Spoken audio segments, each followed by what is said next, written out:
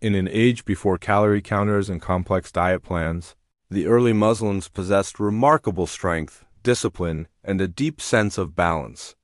They weren't obsessed with nutrition labels, yet their lifestyle fostered a vibrant, enduring vitality. What did they eat, and why did it work so well? The answer isn't a secret formula, but a profound shift in perspective. Their approach to food was simple, intentional, and deeply connected to their faith and daily life. It was a way of eating that built both physical and spiritual fortitude. For them, food was purposeful. It was a blessing, a source of sustenance meant to fuel the body for worship, work, and family. Eating was an act of intention, not a mindless distraction or a form of entertainment. They practiced gratitude before each meal, acknowledging the source of their provision, and after, appreciating the nourishment they received. This mindful approach transformed eating from a purely physical act into a spiritual one. Food supported life. It didn't control it. They understood that the body was a trust, and nourishing it properly was a responsibility. This mindset automatically guards against excess, fostering a natural respect for the food on their plate and the body it was meant to sustain.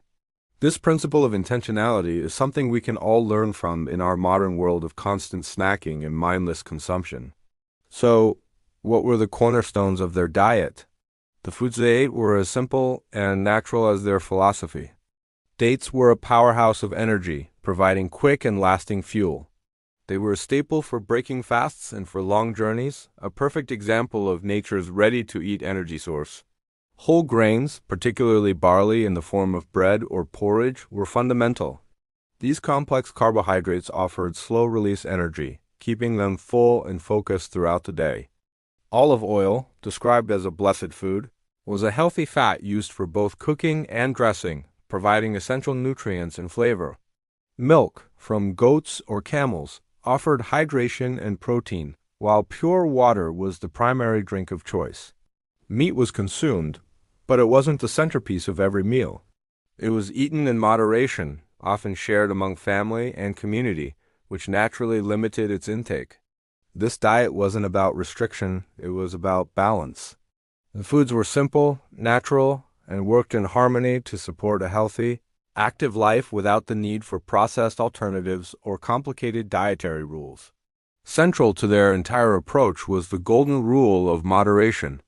Overeating was consistently discouraged, not just as a matter of health, but as a matter of spiritual discipline.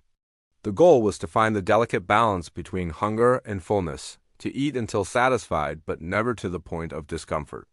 This concept is beautifully simple. Eat to live, don't live to eat. This was achieved by eating slowly, chewing thoroughly, and being mindful of the body's signals. It allowed the stomach time to communicate with the brain, preventing the accidental overconsumption that happens when we eat too quickly. In essence, the Islamic tradition emphasized this principle of balance long before modern nutrition science caught up.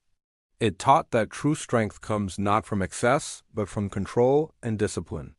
This mindful approach to portioning is perhaps one of the most powerful and forgotten lessons for our modern society, where supersized has become the norm. This moderation cultivated a unique kind of strength, one that wasn't built on protein shakes or performance supplements. Their physical strength and endurance came from a powerful combination of simple, nutrient-dense food, consistent daily movement, and unwavering discipline. Life was inherently active. They walked, they worked the land, they engaged in physical labor. There was no concept of a sedentary lifestyle. Furthermore, their eating patterns naturally incorporated what we now call intermittent fasting.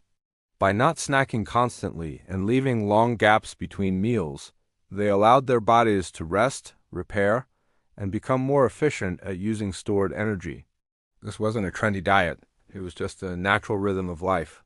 It fostered metabolic flexibility and a lean, functional physique. Strength was a byproduct of a disciplined, holistic lifestyle where every component, food, movement, and mindset worked together in perfect synergy. Their energy wasn't fleeting. It was deep-rooted and sustainable. So why does any of this matter today? Because our modern food environment is the polar opposite. We're surrounded by an overload of hyper-palatable, processed foods engineered to make us eat more. We've normalized constant eating from the moment we wake up until the moment we sleep, never giving our bodies a break. This has led to a collective loss of balance, both physically and mentally. We're more confused about what to eat than ever before, caught between extreme diets and marketing gimmicks. What the lifestyle of the early Muslims, the Sunnah, offers is a return to sustainability. Their way of eating wasn't extreme.